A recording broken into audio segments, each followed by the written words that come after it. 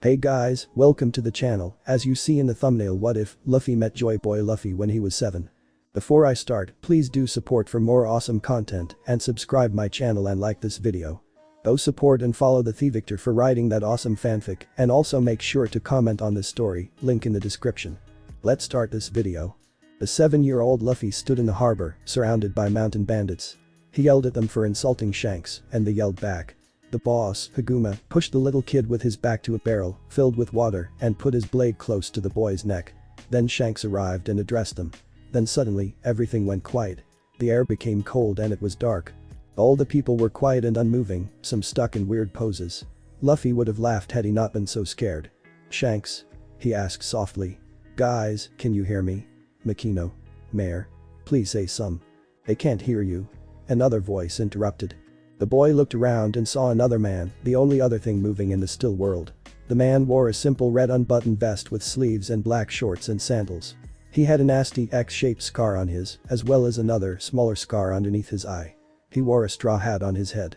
To many people it would have been obvious who this man was, but Luffy didn't know. The man did seem oddly familiar, and for some reason the little boy didn't fear him one bit. "Who are you?" the little boy asked curiously. The man smiled and stepped closer, now only a small distance away. "I am you," he said, still smiling. The boy noted the man's smile was a bit sad, but genuine. "What?" the boy asked, not understanding. "I am you from the future." "That's so cool." The boy beamed, stars in his eyes. "Little me," the man began with a smile. "I was sent from the future by a friend because I lost all my nakama. I'm hoping to change that." The boy knew his older self wasn't lying as there was sadness in his voice, so he too began to feel sad. He felt a small tear slip down his cheek and he looked wide-eyed at the older male. "I'm going to lose all my friends?" he asked, and the man nodded. The boy seemed ready to cry, but the man spoke again to calm his other self. "Don't worry, now you'll be able to fix that," he said cheerfully, and the boy looked up. "How?" "Easy, I will give you my strength. Though, I'm told you will also gain my scar as a reminder of what you can still lose," the man said, pointing to his big scar on his dot. Hey, did I become a pirate?" the boy asked again. "Yes, a very good one. But I couldn't become Pirate King." "Why not?" The man sighed and looked at the boy with tears in his eyes. "My nakama died." Oh. "Without them I didn't have any will anymore. I couldn't kill myself because that would be a slap in their faces as they died to protect me," the man said, now sobbing. I must have been very sad," the boy said, looking at his older self, who was in pain. "We were," the man begun. "I continued to live for them. But I was so sad all the time. Sometimes I just wanted to die." The younger Luffy wanted to say something, but the older one lifted his finger, gesturing that he still hadn't finished. "So I did whatever to keep myself busy. I couldn't continue being a pirate as it depressed me," the man spoke solemnly. "So I went to a big island and begun to live there. I hid myself and made some new friends. I trained, although I didn't have a reason to train anymore, but I still became a little stronger. But training reminded me of my nakama, so I didn't train too much. I read a lot, a bit about history and a bit about war, fighting and such." Then the boy interrupted him, laughing softly. "Then you can't be me. I don't like to read." The man laughed back. "I know. But it kept my mind off all that I've lost." The boy nodded in understanding. "So, do you understand why I'm here?" the older Luffy asked with a soft smile. "To give yourself another try," the boy replied immediately. The man smiled a bright, happy smile that the boy had not seen from him yet, and then he began to approach the boy, but the boy had another question. "How will I know my nakama?" The man stopped and smiled again. "And they said I was always too dumb and reckless," the man said, proud of his younger self's good question. He noticed impatience in his younger self's eyes and spoke again when he saw him open his mouth. "When I touch you, we will join together and become one." "You sound like Shanks when he talked about the bees and the birds," his younger self interrupted. They looked at each other and for a few minutes they both laughed uncontrollably. Then the older pirate recomposed himself and spoke again. "It's nothing like that." He spoke with a shade of red on his face. The boy snickered, not quite understanding why the man was so embarrassed, but was amused anyways. "When I touch you, I will literally disappear." "Cool." Little Luffy interrupted. "Yes, I know. You will get a bit of my strength, but you'll also get all my memories and skills as well as my scar, unfortunately," the man spoke. Then he noticed the little man was pouting. "What? That's unfair to the others." The boy spoke and the man understood immediately. "I know it is." Then. "But we want to protect our nakama, right?" he said to the boy, whose pout quickly disappeared and he now nodded wildly. The older Luffy was surprised by how quickly he agreed to it, even though he hadn't met even a single one of his nakama yet. But then, he reminded himself that they are the same person after all, and that besides Shanks, they don't have many friends yet. He smiled and continued to speak. And besides, it won't be the same. It will be kinda cool that we'll be much stronger, now he said kindly to the boy, who grinned happily at him. We'll be awesome. The boy screamed in his excitement and the man nodded, now very happy. Ready? The man asked kindly. Yosh, let's do it. The boy said with a smile. The man touched the boy's hand and begun to vanish, slowly becoming more and more transparent. The boy was then overcome with pain as he received new muscles, as well as a new scar and plenty of new information in his brain. Then the pain eased somewhat and the boy looked up again, seeing the brightest smile he had ever seen in his life stretched across the man's his face. He smiled the same bright smile back at his now almost entirely transparent older self as he finally fully understood everything. The older Luffy had one final thing to say to himself. Protect them, Luffy. Always protect your nakama. Then he finally disappeared entirely and the pain ceased. The cold and dark air persisted for a few more minutes and then the world begun to work again. Thanks for another chance, Kobe. I'll make sure you become a good marine again. Yosh, let's do this. Luffy watched curiously as the bandit leader, Haguma, tried to argue with Shanks how the entire incident isn't any of his business. I don't know why you're here, pirate, but you'd better leave before you get hurt. The mountain bandit boss said, attempting to threaten the Yonko. The said man ignored him and looked straight at Luffy, who suddenly seemed very calm and much more composed, which was completely different from just a few seconds ago. He watched for a few seconds and then spoke again. Didn't you say your punch was as strong as a pistol, Luffy? Shanks spoke softly. I did. Luffy replied calmly, so calmly in fact that Shanks wondered if Luffy was even aware of the danger he was in. The villagers were also unnerved by how calm and uncaring the boy seemed. Makino addressed this. Luffy, what are you? She spoke distressed at him, but he stopped her by raising his hand. Then he looked Shanks straight in his eyes and spoke. Shanks, I got this. Luffy spoke those words in a very low voice, very much unlike him. The villagers were frozen in place and everyone just stared at him. The bandit leader didn't know how to react to such bold words, coming from a 7-year-old boy. Then Luffy glared at the bandits and every single one of them except their leader fell on the ground. Said man was on his knees, panting heavily. Jaws of every single person in the village dropped to the ground. The villagers had no idea what to think, well the pirate band knew what had just happened. There was only one thought going through the pirates' heads, and that was, no freaking way. Then Shanks recovered from his shock and picked his jaw up. Everyone else followed. They were still very much in shock from the display. They stared silently at the boy for a good while and then Shanks suddenly screamed at the boy, startling everyone present. Luffy? That was the king's haki. Not only that, it was a controlled blast. I know. Luffy spoke silently, but everyone heard him. Shanks was never so shocked in his life. He was a Yonko and he had never ever seen anything like this before. But how he started to speak again, but he was interrupted as the bandit leader stood up and attempted to slash Luffy. Shanks wanted to help, but Luffy dodged the blade effortlessly, without even looking. Then, with his Gomu Gomu no whip, he sent the mountain chief flying in the distance. Again, without a trace of effort. The boy had flicked the bandit aside like a bug. Jaws were on the ground again, and pirates and civilians alike were staring at the boy. He himself turned slightly to the right and looked at where he sent the detestable small-time villain. Well, there goes 8 million berry. He casually said. Shanks picked up his jaw again and unleashed what he was holding up for the minute. Luffy, what the hell was that? How did you do that? How can you have haki this strong? It took me my entire life to become a Yonko and your haki is halfway there at the age of 7. He bursted out. Everyone now stared at him, only now realizing the true gravity of what they have just witnessed. They kept looking between him and Luffy who looked patiently at the mighty pirate. I'll explain, Shanks. The boy said, but the pirate didn't listen. You aren't Luffy. Luffy is a weak little kid. You're an imposter. Or something. Shanks, let me explain, Luffy pleaded to stop his outburst. You can't master conquering king's haki at age 7. Whatever you say, that's simply not possible. Shanks continued, ignoring Luffy. Now even Ben was annoyed by his captain's inability to stop and listen. Captain, just he started, but was also ignored. Luffy's eye twitched in annoyance. What the hell is going on here? Is this some kind of joke? Are you a shapeshifter or something? How can? Shut up. The little boy suddenly yelled with razor-sharp shark teeth, annoyed enough with the man. Shanks stopped and glared at the boy, who didn't flinch a bit under his gaze. Then he relaxed a bit and sighed. Sorry, the Yonko spoke softly. Please explain. The boy looked at him for a bit, then he also calmed down and slowly started to talk. I don't know if you guys will believe this, he spoke softly. Try us, Ben Beckman replied. Okay. Said Luffy, another me came from the future. Shanks looked ready to start talking again, but Ben put his hand over his captain's mouth. Others looked at him, clearly not believing. He merged with me and gave me all of his strength and knowledge. He noticed the looks and knew immediately what the problem was. You don't believe me, right? He said silently. Nobody answered, but Luffy knew that was the case. He looked at the Yonko.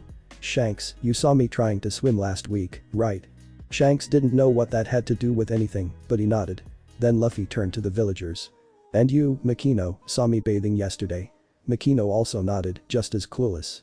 Luffy, I don't, she started, but he interrupted her again. When we merged together, my body changed too. I became a bit more similar to him. He said, and then slowly started undressing his shirt. Nobody understood anything, but then as he pulled the shirt higher, they knew. He had a very muscular, which wasn't that way even one day ago. And then, as he pulled it off, they noticed the X-shaped scar. Many villagers gasped and Makino put her hand on her mouth. It hurt a bit as I changed, Luffy said slowly. Shanks was wide-eyed. What gave you this scar? He asked. Luffy looked him straight in the eyes as he spoke the next words. Admiral Akainu. Everyone was wide-eyed all over again. What? It's true. Okay, Shanks said slowly while massaging his head. Let's say I believe your story so far. He sighed. But why did you come from the future? Luffy answered in reverse order. The great friend, Marine, I will meet ate the Toki Toki no Mi time devil fruit. Thanks to my encouragement he became a Marine admiral. Luffy spoke silently, but everyone was quiet. He came to fight me, but I wanted to die anyway, so I just surrendered to him. Shanks was shocked. He saw in Luffy's solemn eyes that this was the truth and he knew something terrible must have happened to him. Anyways, since he was my friend, he gave me a chance to do this and fix everything. Luffy continued. Shanks nodded to him silently. What happened? Why did you want to die? Shanks asked. My nakama. Luffy said with tears in his eyes. He dropped at his knees and began sulking. He killed them all. Boo. The Kainu. Luffy spat out the word like a curse. Shanks' eyes widened at this. He glanced at the others and he knew everyone believed him by now. He saw the looks of sympathy from the people and tears in Makino's eyes. And I had just kicked Kaido's ass. We won barely against Kaido. They saw him repeatedly punch the ground with his fist. And then when I woke up, everyone was dead. Zoro, Nami, Usopp, Sanji, Chopper, Robin, Frankie, Brook. All dead. And he was standing over them with his lava destroying my ship. He looked at the ground for a moment. I just snapped then. I don't even remember much of what happened then. Except that at the end, Akainu was dead. He smiled weakly at the end. Luffy sobbed quietly on the ground. The villagers and pirates were processing this information quietly. Then when Luffy looked up again they were startled by what they saw. He had a bright smile on his face and determination in his eyes. But that won't happen again. He said simply. I'll find them again and this time I'll become the Pirate King. Shanks, surprisingly, started to laugh. Ahahahaha. This has been one insane day, kid. Pirates started to laugh alongside him and the civilians smiled in agreement. Then Luffy stood up and started laughing alongside them. Then he spoke again. Guys, please don't tell anyone about this. Not even any of my family or friends. Keep it to yourself. He pleaded.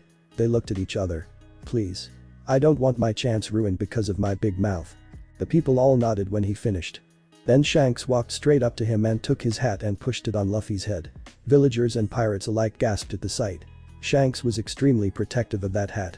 He was mad when Luffy tried to take it when they first met. Dear kid. I wanted to give it to you for some time now. He said. Thanks, Shanks. I'll try to protect it. Replied Luffy. In fact, I know I will. Oh? He had it. My other self had this hat. Shanks' eyes widened at this, but then he smiled warmly. Let's go have a party, kid. Let's celebrate our insane day and your second chance, kid. He announced loudly. You'd celebrate even if nothing happened, Shanks. Replied Luffy. Everyone laughed and Shanks pouted. Okay, but only if you give me lots of meat. Ahahaha. What's with you and meat? Asked Shanks, now happy again. Let's go, men. Let's party. With those words a huge party broke out and even the villagers joined this time. Luffy and Shanks talked a lot and Luffy told him a lot about his nakama and adventures. Shanks frequently interjected with his own comments, such as when Luffy talked about his nakama. A pirate hunter joins you, then a pirate thief. Really, Luffy? A liar? What do you do with a liar? Yasip son, that explains the liar part. Bunk, hey, what was that for, Yasip? The perverted leg fighting cook. By any chance is he connected to Cook Zeph? The pretty princess. Oh, but then she left. The talking transforming human reindeer, that is cool. What? Nico Robin. The demon of O'Hara. Bunk, sorry Luffy. I promise I won't say demon again. Bunk, I'm sorry. Please forgive me. Bunk, Luffy, stop now. A mafia cyborg ship ride in a speedo. Oh, he helped you save your demon. Bunk, no, don't hit me anymore. Honestly, you're the scariest 7-year-old I've ever met. The perverted skeleton musician. Nope, not drunk enough to believe that. Oh, so that's who was singing in that triangle place thing. Nope, I won't try to recruit him. Yes, I promise, Luffy. Jinbei. Fishman pirate Jinbei. That big shot promised to join you. After a good while of drinking and eating, many pirates fell asleep, villagers left the place, and Luffy fell asleep on Shanks' coat. Captain San, what do you think? Makino, the bartender who was the only sober one left in the room. Shanks sighed. I know it's completely crazy and insane, but I believe him. He paused for a moment and looked her in the eyes. He'd have to be a really good liar to pull all that out of his ass. Makino smiled somewhat sadly at this. So, you think he really went through all this? She asked, tears in her eyes. Yes, replied Shanks. I didn't think I would be responsible for such a disaster. But you're not, Captain San. Makino said to him. I am.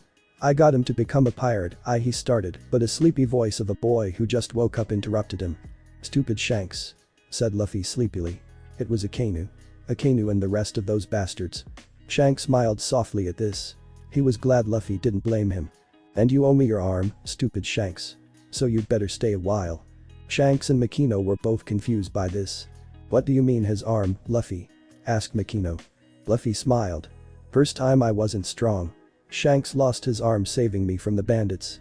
Shanks and Makino looked at each other surprised.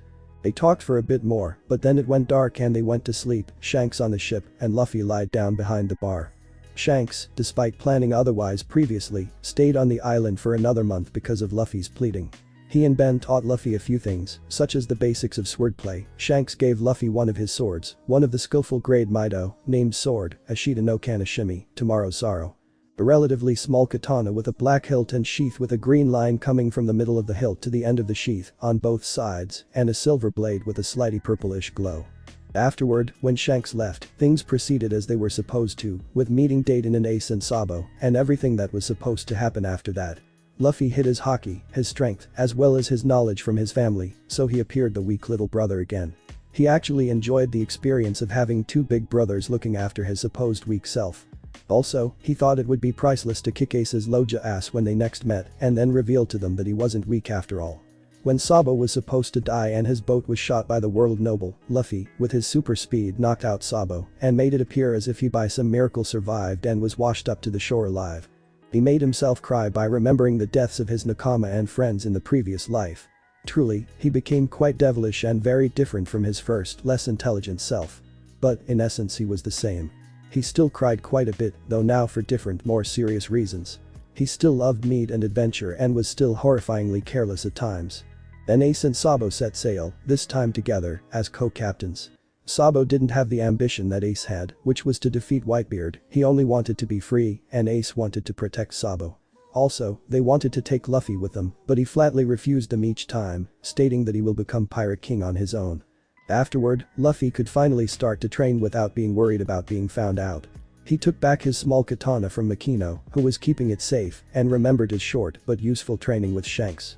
To his relief, he found out that his haki got no weaker from the discontinued use, but he wanted to become stronger. By 17, he has become quite a bit more toned, now rivaling his future self that merged with him. At the same day as before, Luffy set out to the sea. Once again on a small boat, and although it seemed almost the same, it clearly was not. Luffy was different. He had his small Mido strapped to his waist, and he wore different clothing.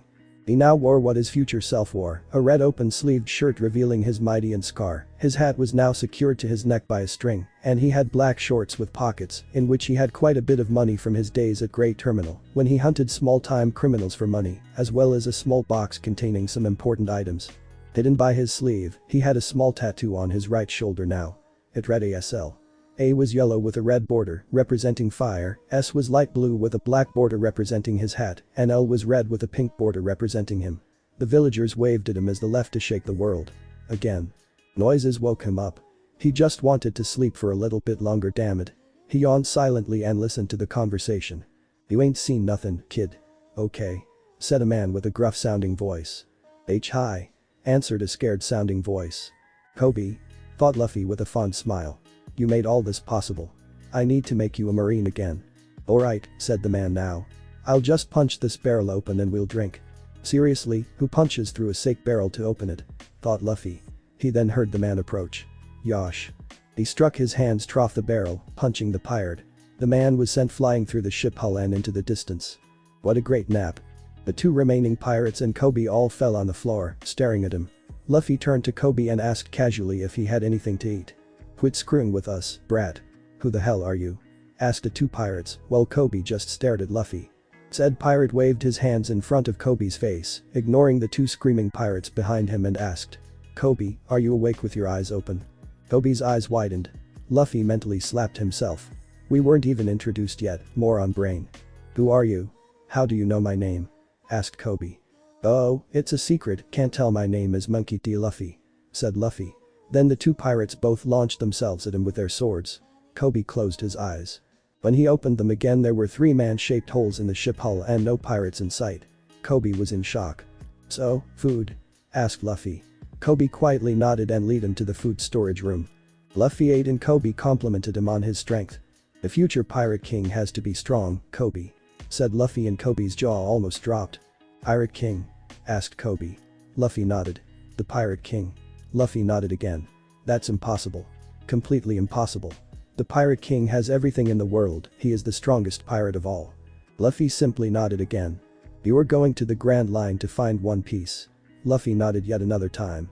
"Impossible, impossible, completely impossible." Bonk. "Ow, would you hit me for?" asked Kobe, touching the new bump on his head. "Because you're being hysterical," said Luffy in a low tone. "It doesn't matter if it's impossible. It's my dream and I'll do it anyway." Kobe was in awe. Never had he heard such determined words. "You have a dream too, right, Kobe? I see it in your eyes," said Luffy. Kobe stood up, now looking determined too. "I want to become a Marine. And want to become a man who captures criminals like Alvida here." Luffy smiled brightly. "Are you ready to follow it, Kobe?" asked Luffy seriously. "Are you prepared to stake your life on your dream?" Kobe, in his new surge of determination, nodded furiously. "Then, let's go beat up a fat pirate," said Luffy. Kobe paled a bit but nodded anyway. They walked together up the stairs and on the deck. "Who are you going to beat up, Kobe?" asked a very fat lady pirate. Kobe was now completely pale in fear as pirates descended upon them. Luffy knew exactly what to say at this point. "Hey Kobe?" asked Luffy for all to hear. "Is this fat ugly whale Alvida?" Jaws dropped and everyone paled as they heard those words. "Why you insulting brat? Kill them, men," yelled Alvida, and then her pirates jumped them. Kobe covered his eyes in fear. Luffy moved at incredible speeds, punching pirates left and right into the distance and into the ship, creating massive holes in it. "It feels good to fight again," he thought content. He made sure Kobe wasn't harmed. Very soon there were only 3 people standing on the ship. Kobe, Alvida and Luffy. Then Luffy begun to laugh. "Ha ha ha ha. Such weaklings. Is this the best you can throw at me, you fat hag?" Kobe looked up in disbelief. There were holes in the ship. Several pirates were stuck with their upper bodies and a few were just laying there. Alvida was about to snap. "Luffy-san, how did you beat them all?" asked Kobe.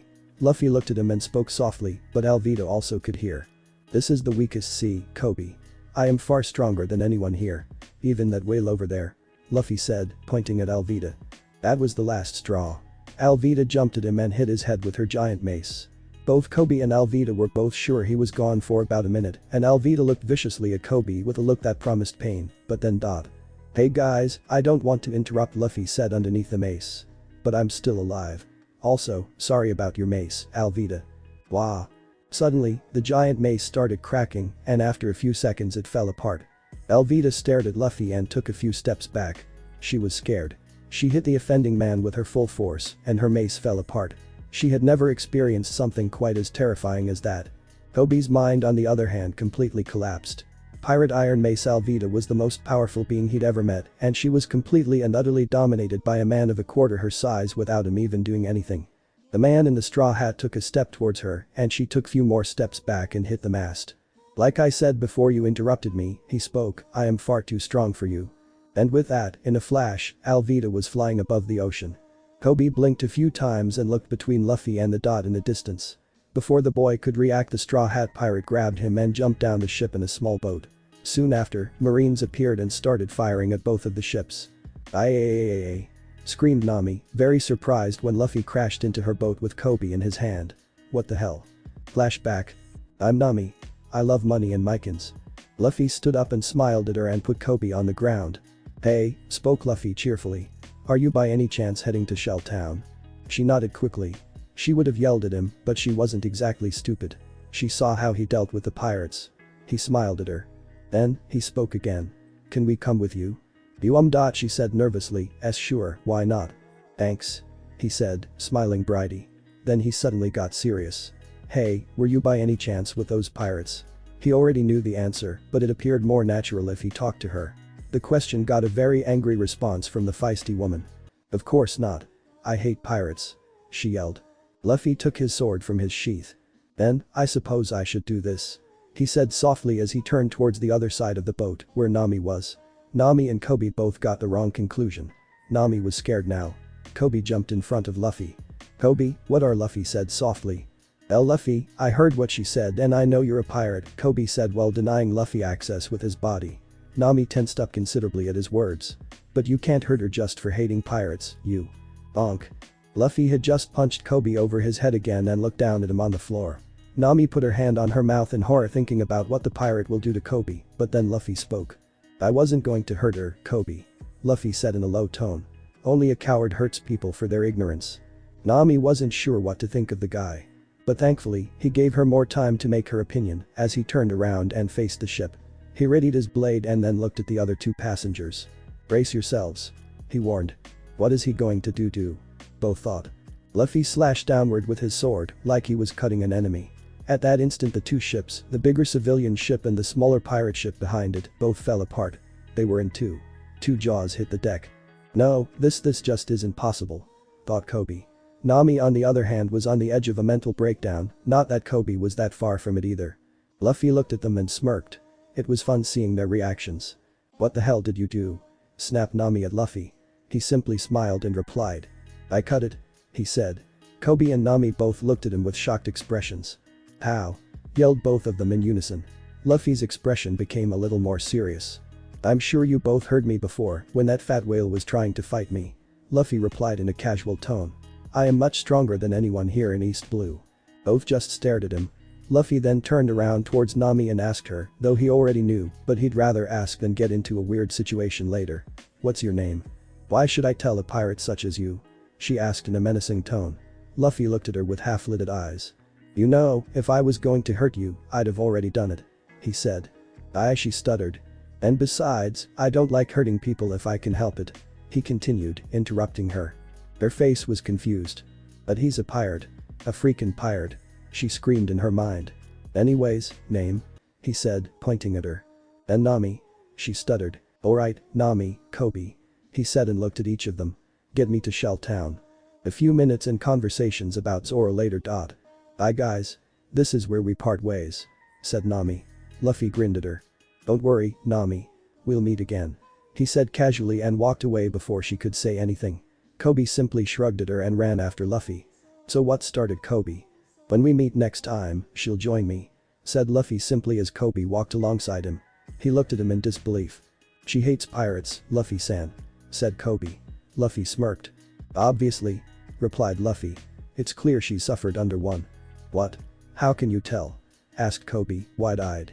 Luffy looked at him and shrugged. "Anyways, let's go see the pirate hunter," said Luffy. "He'll join my crew." Kobe was in disbelief. "But he's a criminal. A bad guy.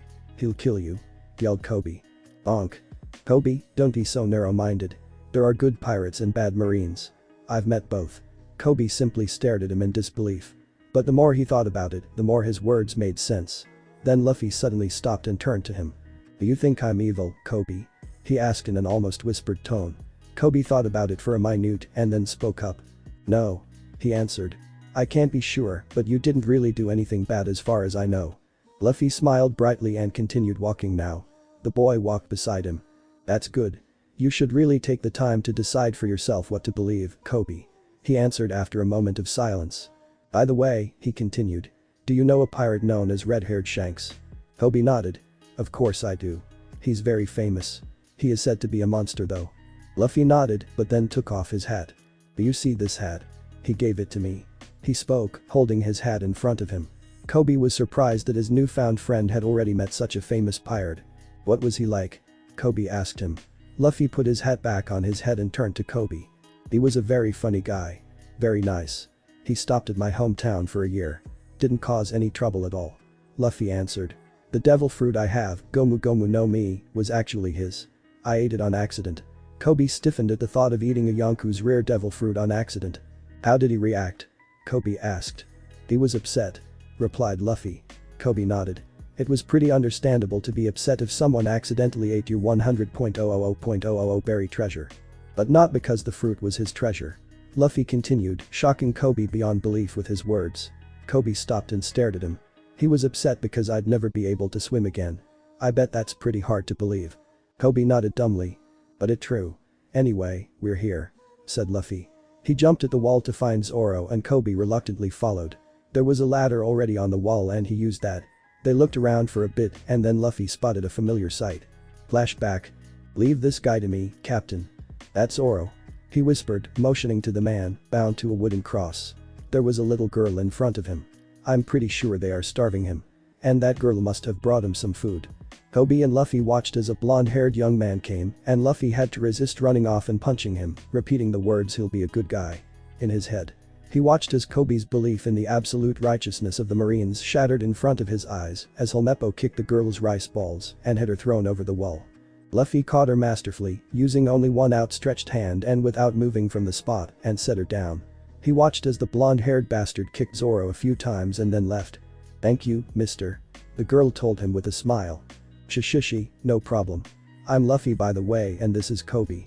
He replied, pointing first at himself and then at Kobe. I'm Rika. The girl said.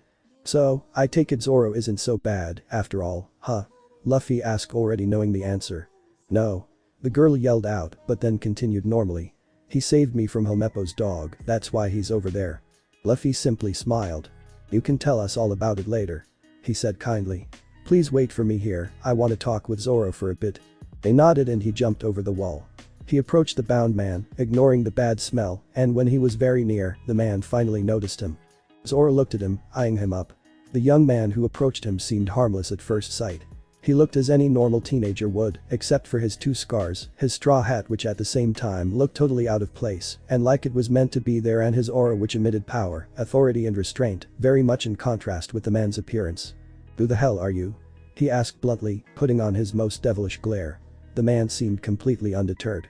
He still had a bright if for some reason nostalgic smile on his face. My name is Monkey D. Luffy. The Straw Hat Pirate answered simply. I'm here to get you to join my pirate crew. Zoro stared at him for a moment, but then chuckled. No way. I'm not going to be some pirate. I'm not a bad guy. Zoro answered simply, but did not snap at the guy, which surprised him.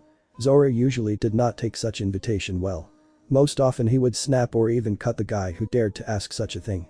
But this guy was different or maybe he was just hungry. I know what you want, Hirano Zoro. Luffy said kettly. But you won't become the greatest swordsman by staying in East Blue. Hey, how did? It's obvious, really. Luffy interrupted. The wandering swordsman, Hirano Zoro, who goes around cutting wanted criminals but doesn't join neither Marines, pirates nor any other group. It's pretty obvious when you think about it. Then what do you propose, pirate? Zoro asked, spitting the last word out like a curse. It's simple, really. Said Luffy and Zoro quirked his eyebrow, intrigued by the man.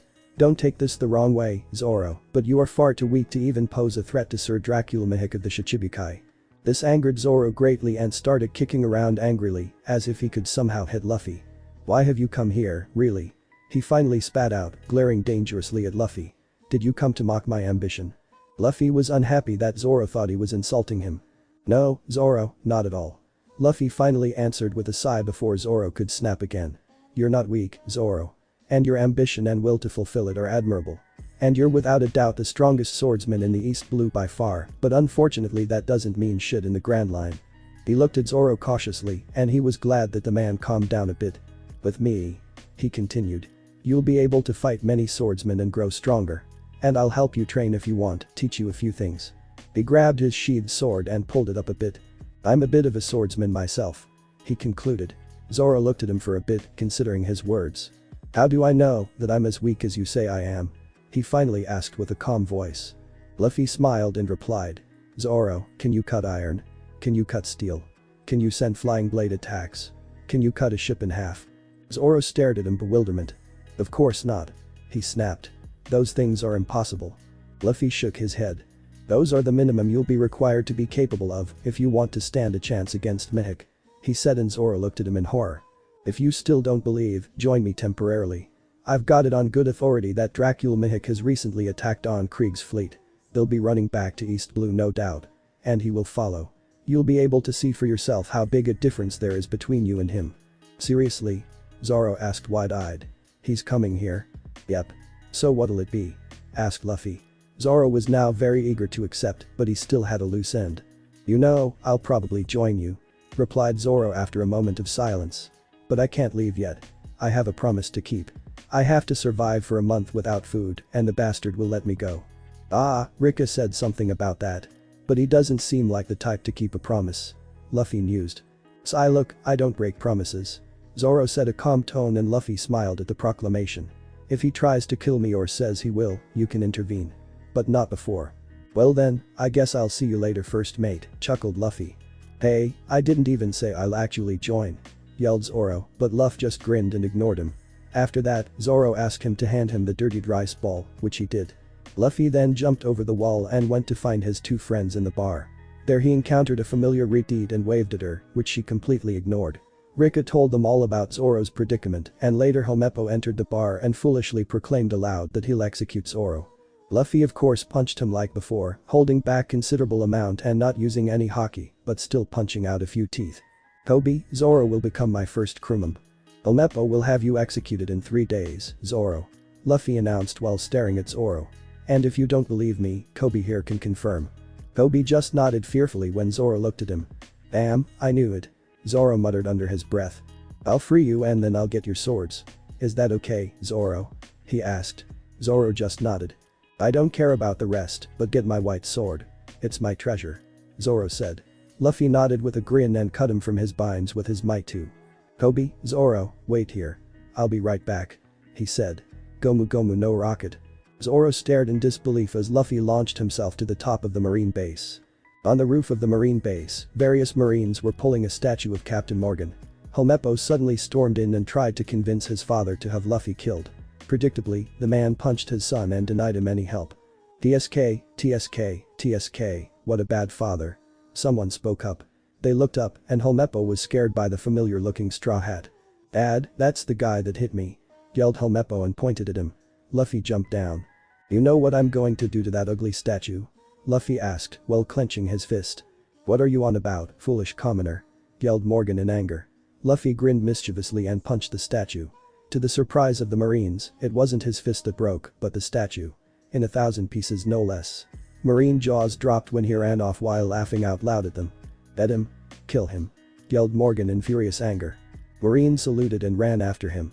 Luffy found Helmeppo's room, without help this time, and took the swords, while being deeply disgusted with the girlish decoration. At about the same time, a certain Reed was searching for something in the base, glad for the distraction. When Luffy looked out the window, he saw his two rather panic-looking friends surrounded by Marines. He sighed in frustration and jumped through the window, taking the bullets at the shock of everyone present. Yes, I ate a devil fruit. It's called Gomu Gomu no Mi, and I'm a rubberman. He yelled irritated when he saw the shocked expressions. Now you'd better all run back to your base, before I kick your asses. The Marines flinched at the threat, but it made the captain even more angry, rather than back away wisely. He handed the swords to Zoro, then he took out his own sword. He stepped forward and the Marines instinctively backed away. Zoro was impressed by the man's aura. He hadn't even done anything yet, and fully grown Marines were scared shitless. You're not scared of this little brat now, are you? Yelled Morgan at his subordinates, who became even more scared now. Anyone who's scared, shoot himself now. That's an order. Marines reluctantly started to obey, assuming they were dead either way. Luffy facepalmed and Zoro chuckled at his reaction. He then used his devil fruit powers to whip them before they could do anything. Morgan was furious now and foolishly tried to attack Luffy. When the future Pirate King saw his approach, he chuckled. Morgan tried to cut Luffy in half with his axe, but he was stopped by Luffy's sword. Armament. Hardening. Muttered Luffy, and his other hand became shiny black. What the hell is that? Yelled Zoro. Luffy ignored him and punched Morgan, who flew directly into the base, crashing into it and spitting out some blood. Luffy. Zoro begun. I know I promised to follow you, but don't interfere with my dream. If you do, you'll have to apologize at the end of your sword. I know, Zoro. Grinned Luffy. You don't have to worry about that. Your fights are your own. Then he turned to the Marines. He grabbed Kobe and Helmeppo, who tried to shoot him, but it didn't work. Hey, guys. He yelled to the Marines, who flinched. Who's the second in command? An ordinary-looking Marine stepped forward, somewhat pale. I'm Commander Ripper. Commander, could you send those two to my grandfather, Monkey D. Garp? Alongside this message? He asked, receiving astonished looks. Luffy, your grandpa is Garp the Fist? Asked Zoro, totally shocked now. Is that true? Asked Ripper. Luffy nodded. I'm Monkey D. Luffy, pirate. He wanted me to be a Marine, but I won't be, so I'm sending these two as replacement. Do you want to be Marines? He asked the two. Kobe nodded furiously, while Helmeppo just shrugged, but then nodded. Alright. Sigh, I'll see what I can do. He looked at the two pirates. You may stay for the day. Then I'll have ask you to leave, since you are a pirate. He said. Luffy nodded. I suggest you use this time to say goodbye to your little friend here. Kobe, Zoro and Luffy all nodded and left the base and headed for the bar. The Marine commander sighed and looked at the message. He couldn't help but smile. After eating and saying goodbye to Kobe, the two pirates left with their tiny boat.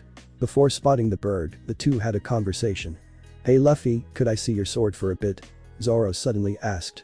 Luffy handed him a Shida no Tamashimi, and Zoro unsheathed it and looked it over and was visibly impressed. It's a named sword. Luffy told, seeing Zoro's reaction. But of a lower grade than your white katana. It's called a Shida no Tamashimi, Tomorrow's Sorrow. Zoro looked at him. So, you're a swordsman?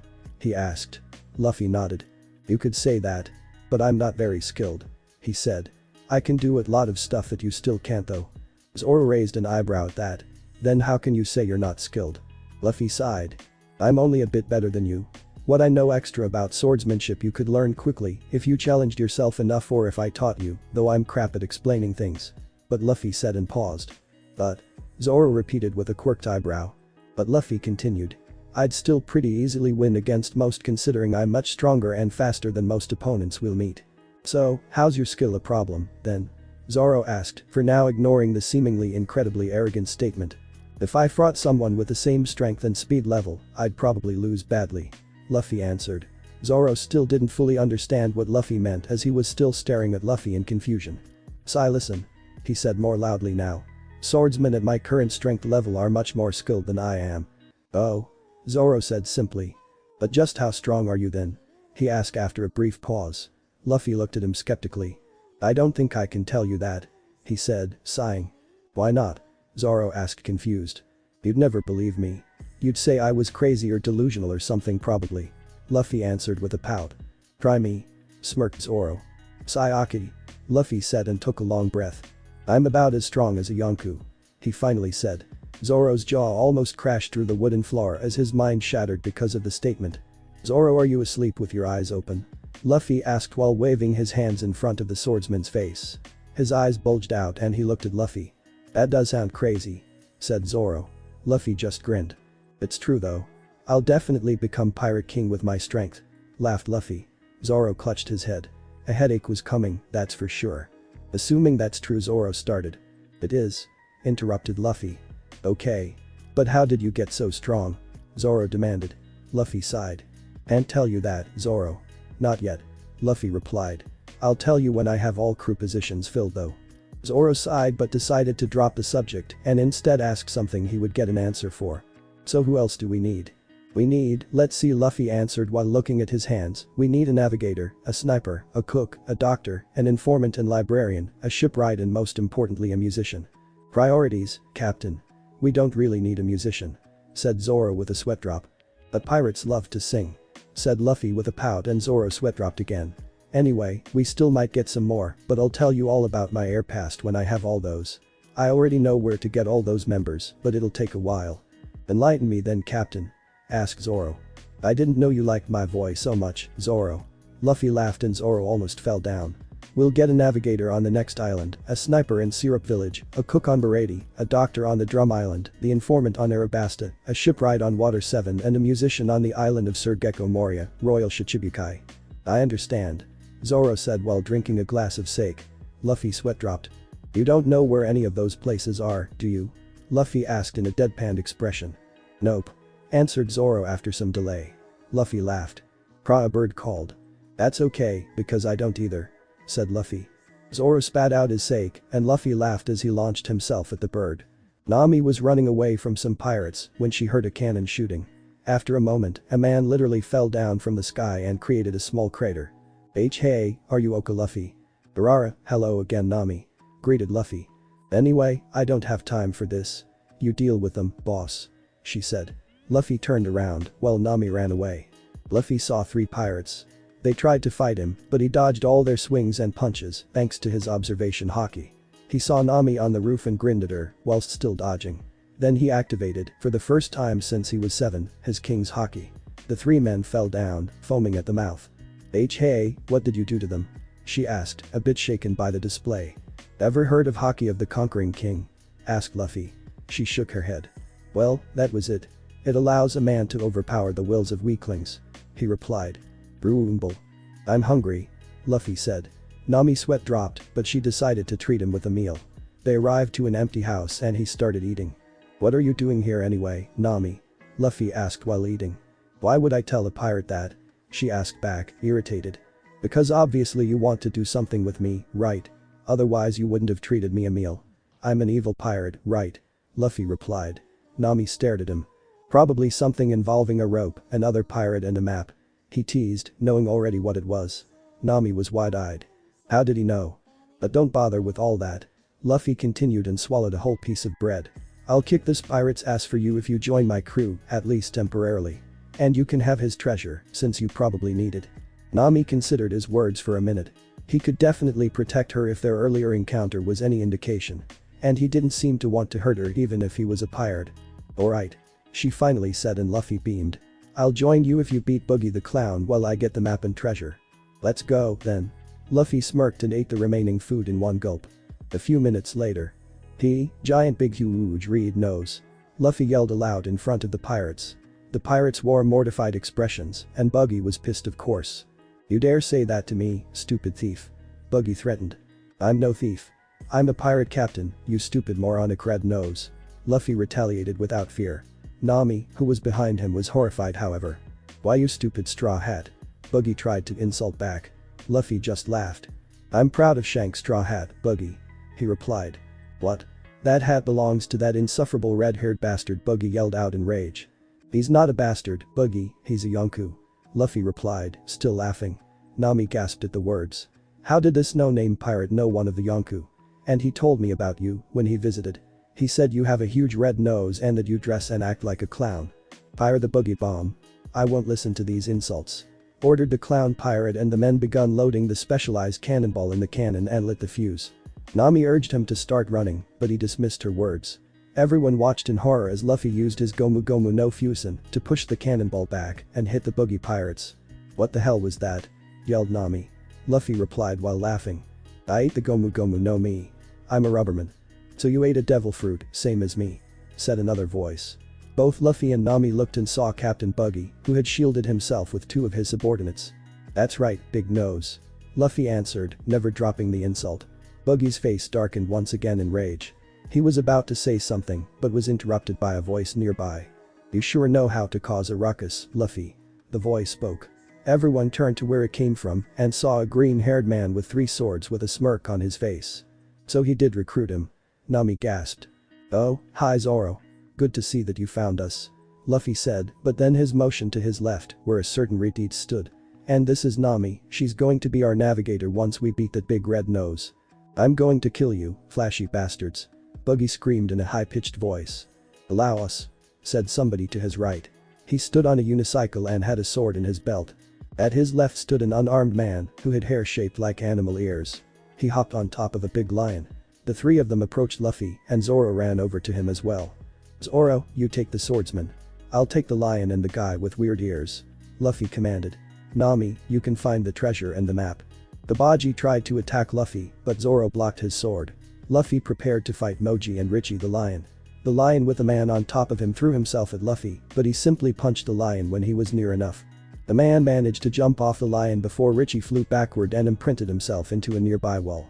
Moji backed away in fear, but then Buggy kicked him away in annoyance. He flew straight into Luffy, who simply dodged, and he plummeted into a nearby house. "I think I'll just kick back and watch for a bit," he said casually and turned his attention to the fight between Zoro and Buggy. The swordsman easily blocked all the other man's attacks, despite him being a trickster. Luffy was of course forced to intervene when Buggy tried to help Buggy by using his devil fruit powers. The fight lasted a while longer, but then Zoro ended it with a single Santorio Onigiri. Buggy was enraged when his first mate was beaten by the swordsman and was preparing to fight when he spotted a certain Redeed with bags of his gold. He was of course determined to get them back at all cost. That cost him dearly, however. "You should pay attention to the one you're fighting," somebody behind him said. He turned around and to his horror, Luffy's face was right beside his. "Gomu Gomu no Bazooka," Luffy yelled, and with that attack Buggy flew high into the sky. After a while, a few of the villagers approached the three pirates and asked them who they were. Luffy said they were pirates and told them he kicked Buggy's ass. Then he tossed the mayor one of Nami's bags, which of course she protested, but he told her that they needed the money for repairs. After that they left the island together, heading for Syrup Village, where a certain long-nosed sniper lived. "Pirates are coming." Flashback. Luffy looked at the dead bodies of his crew. He noticed Usopp with a burned hand clutching a round silver locket. In the front it had the symbol of the Straw Hat Pirates. He opened it and found the picture of Kaya on one side and the picture of him along his nakama on the other. He looked at the second picture, then at his dead friends. He was the last one. He felt more tears slip. He saw them looking at him worriedly. He begun. "I remembered my friends." He looked at them and saw sympathy in their eyes. He took a breath and calmed himself. "Don't worry about me," he said a bit more loudly. "Anyway, I'm hungry." They both fell over and Luffy threw himself at the beach in the distance. They followed after him. He pulled his head out of the sand. Suddenly he felt bullets approaching. He dodged them casually with his observation hockey. "LL leave, now, PP pirate." A long-nosed man on top of the hill stuttered. "Usopp? And if I don't?" he asked with a grin as Nami and Zoro jumped out of the boat that just reached the beach. "DT then I'll call my 8 million minions and tell them to kick your ass," Usopp declared loudly. Pirate flags appeared all over the hill. "Bring them on," Luffy yelled and took a battle stance. Zoro looked at him oddly and Nami facepalmed. "I'll take all of them." Usopp looked at him with a look that said, "Are you insane?" "He doesn't have 8 million men, Luffy," Nami said. "Oh," Luffy said with a pout. "That sucks." Usopp looked panicked. "Oh no, they found out," he yelled out. Nami just smirked. Usopp struggled to compose himself. "It's true I don't have that many, but I have lots of loyal and strong companions," he declared. They saw as 6 flags started moving up and down. "All 3 of them?" asked Nami, and they saw as 3 little boys threw the flags in the air and ran away in panic. "Anyway, you don't have to be afraid, Usopp, son of Yasopp," Luffy yelled with a loud grin. "We won't harm this village." Usopp gaped in surprise and took a step forward, but then fell down the small cliff. "You know my father?" he asked as he finally stood up again. "Yeah, I'll tell you all about him," Luffy promised. Usopp smiled happily, now no longer scared of the trio.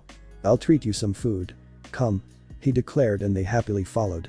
At the small restaurant, Luffy told Usopp all he knew about his father and they quickly became fast friends. Then Usopp had to leave and he went to Kaya. After this, his 3 friends came looking for him. After playing a little joke on them, the kids took the trio to the mansion. With his devil fruit powers, Luffy took them over the high fence and they crashed down just in time to interrupt arguing between Usopp and Kurahedel.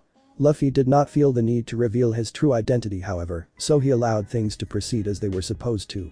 Later he found Usopp sitting near a tree on top of another cliff and they talked a bit more. Like the first time, they overheard the conversation between Kuro and Django, only this time Luffy didn't show himself. They sneaked away and Usopp formed a plan. Luffy convinced him to wait for the pirates at the other side, however. The next day a pirate ship with the front in the shape of a cat landed on the place Luffy knew it would. Luffy, Zoro, Nami and Usopp were all waiting on top of the hill. Luffy watched as the pirates ascended and then he suddenly fell back on his butt. "What are you doing?" asked Nami with an annoyed expression. "I'm leaving this boring stuff to you guys," said Luffy casually. Nami and Usopp cringed while Zoro gave him an odd look. "You guys need to get stronger." Nami and Usopp paled while Zoro in contrast gave a confident smirk. Nami stomped to Luffy and grabbed his cardigan and shook him violently. I'm a navigator. Not a fighter. She yelled while shaking him. Luffy grabbed her hands and looked her in the eyes. She looked back and everyone could see she was scared. I'll be here. He reassured her. If I see that you're in trouble I'll help. She looked at him with uncertainty. Besides, Usopp put all those traps, so you'll be fine.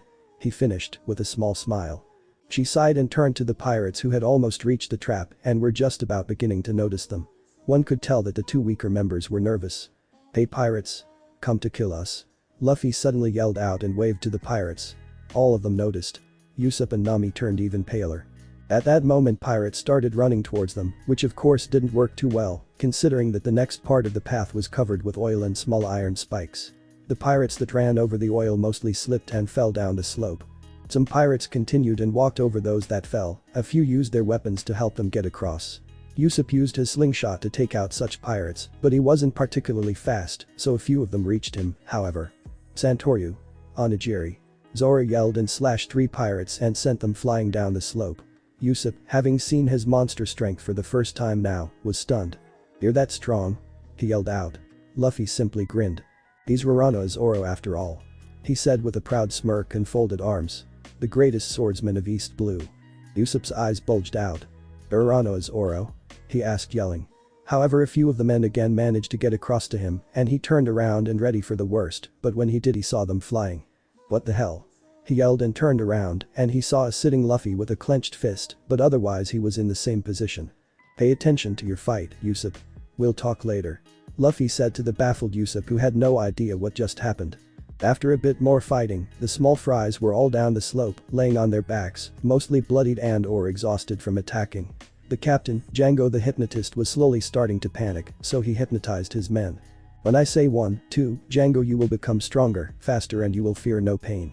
1, 2, Django. He told them. Afterward, their eyes changed and their muscles bulged. One of them punched a nearby cliff and a part of it cracked and fell apart. The 3 defenders cringed at the display of raw strength. Zoro glanced at Luffy, who was disinterested and was looking at his nails for some reason. Django ordered his minions to attack and they ran towards the defenders. A few of them fell down again on the oil and the rest ran across them, trampling them underneath their shoes. Zoro was barely containing those that tried to run past him, while Usopp and Nami were completely overwhelmed and most of the pirates were able to get by them. Seeing this, Luffy finally stood up. This action alone seemed to stop the hypnotized pirates in their tracks. Gomu no Muchi. He yelled out and stretched his right leg like a whip and sent all those who managed to get past his allies down the slope again. He smirked at the disbelieving faces of his enemies and allies alike. Start over. He said and sat down again. Usopp gaped at him like a fish, while Nami and Zoro were honestly not that surprised anymore. It of course made Django panic even more and he called his trump card, the Nyaban brothers. They were pretending to be weak and scared of Zoro, and Sham, the smaller one, used this act to snatch 2 of Zoro's katana and threw them down the slope. Luffy sighed when seeing this. Zoro would have easily defeated both of them with all 3 of his swords, but with just one he was barely defending himself. Nami ran down the slope, attempting to get the swords. She got them, but Django slashed her shoulder with his chakra and she fell on the floor, clutching her arm. At this moment, the real captain of the Black Cat Pirates chose to appear. What's this? He yelled in anger and all the pirates started shaking in fear. Django of course quickly launched into an explanation on how the Straw Hats were stronger than they thought and that they set a trap. Kuro wasn't particularly amused by the explanation, but he allowed them 5 minutes to finish the fight. That of course wouldn't work. Nami stood up with the swords in her hands and threw them towards Zoro, who caught them. Django noticed too late but didn't do anything about her afterward, not perceiving her as a large enough threat and not seeing the addition of 2 extra swords as anything game-changing. Luffy relaxed when he saw that and plopped back to the floor. Kuro looked at him a bit confused. Nami, Django and Usopp continued to watch the battle. The Kuroneko pirates did the same, although they were much more nervous about it. Zoro, as expected, dealt with the both of them easily enough. Just as he finished, Kuro announced that it was time to kill everyone. But then, Kaya arrived and Kuro, thinking she was there to try to sneak attack him, tried to slash her. Just in time, Usopp tackled her to the ground. Kuro then used his stealth foot technique to try and kill them both, but a hand grabbed his wrist. Kuro then yelled in pain as the man in the straw hat broke his wrist. "Why, you bastard?" He screamed at the man and attempted to cut him, only hitting air every time. To the astonishment of everyone present, Luffy didn't seem to move much. Kuro was furious at him and kept striking more and more wildly at him, hoping to get lucky and cut him, but nothing like that would happen, much to his misfortune. The other battles were done now, and the remaining foes watched alongside the Straw Hats and Kaya as Luffy humiliated Kuro more and more with each passing minute. Then Kuro jumped back and calmed himself a bit. Luffy quirked an eyebrow. Then Kuro started swaying left and right in a creepy way. This seems familiar, thought Luffy. Shikushi. The man yelled and disappeared. The Straw Hats and Kaya, along with the three kids who watched from the forest, were confused, while the pirates down the slope were visibly terrified, right along with their captain, Django. Luffy watched as Kuro descended down the slope and attacked random things along the way. The pirates screamed in horror, and some tried to run away. Django was completely pale and clearly didn't know what to do anymore. This technique is as fast as your average Zoro, but he doesn't have any idea who he's attacking. He doesn't see anything. Luffy thought as he prepared to intervene. He unsheathed his sword and activated his own Zoro. He dashed ahead and blocked all 5 of Kuro's claws with his blade. He looked at a horrified Kuro straight in the eyes. The man behind him fell on his butt in fear. Too slow. Luffy commented and Kuro's eyes widened. Everyone was startled by this new development. Why did he defend them? Nami thought. Despite seeing that Luffy was somewhat different from your average pirate, she still thought he would ultimately do only things that benefited him. And she failed to see anything good from defending enemy pirates. Wow. Was all that went through Usopp's head. He was in awe of their speed. Damn, my captain really is not only strong but fast as well. Thought Zoro as a small smile formed on his lips.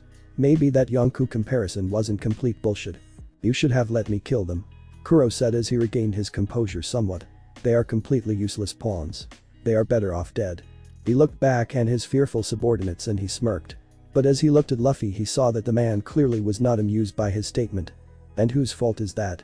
Luffy asked with an annoyed voice. You wanted pawns, you got pawns. You suck at being a pirate, Kuro. No wonder you're quitting. Usopp and Zoro smirked at his words, while Nami wore a puzzled expression. Kuro was surprised at his words. He finally stepped back, and Luffy finally no longer had to restrain him, but he didn't sheath his sword. He did, however, ease his posture somewhat. He pointed with his sword at the hill. You see those 3?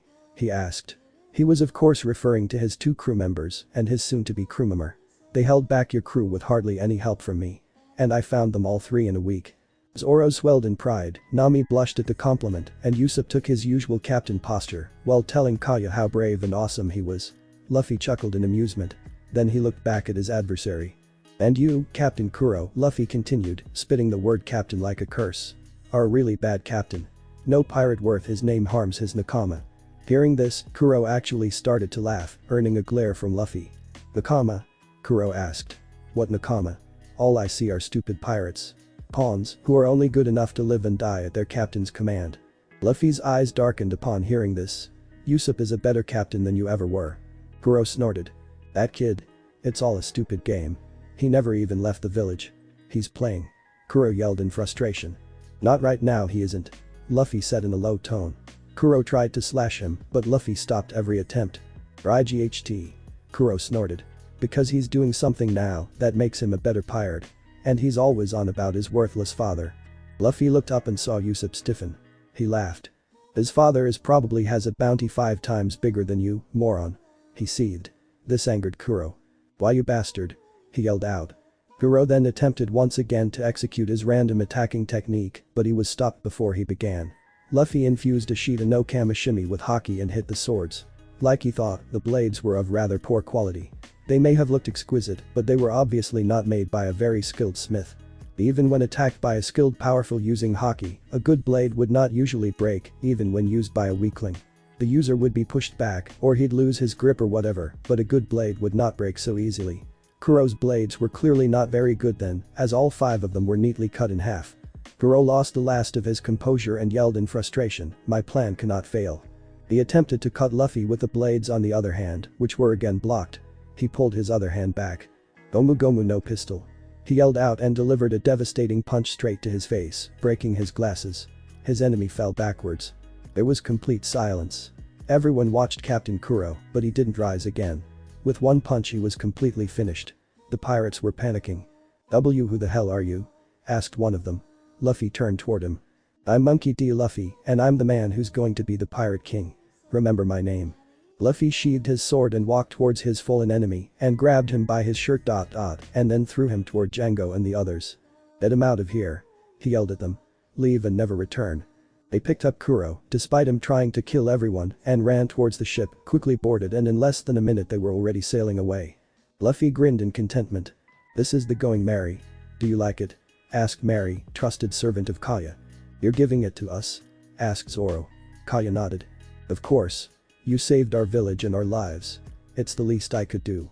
Besides, I don't really need a ship," Kaya explained. Luffy looked at the ship in wonder. "Mary, it's great to see you again," Luffy thought. "And undamaged." Then his face fell as he remembered what happened to it, but then he smiled.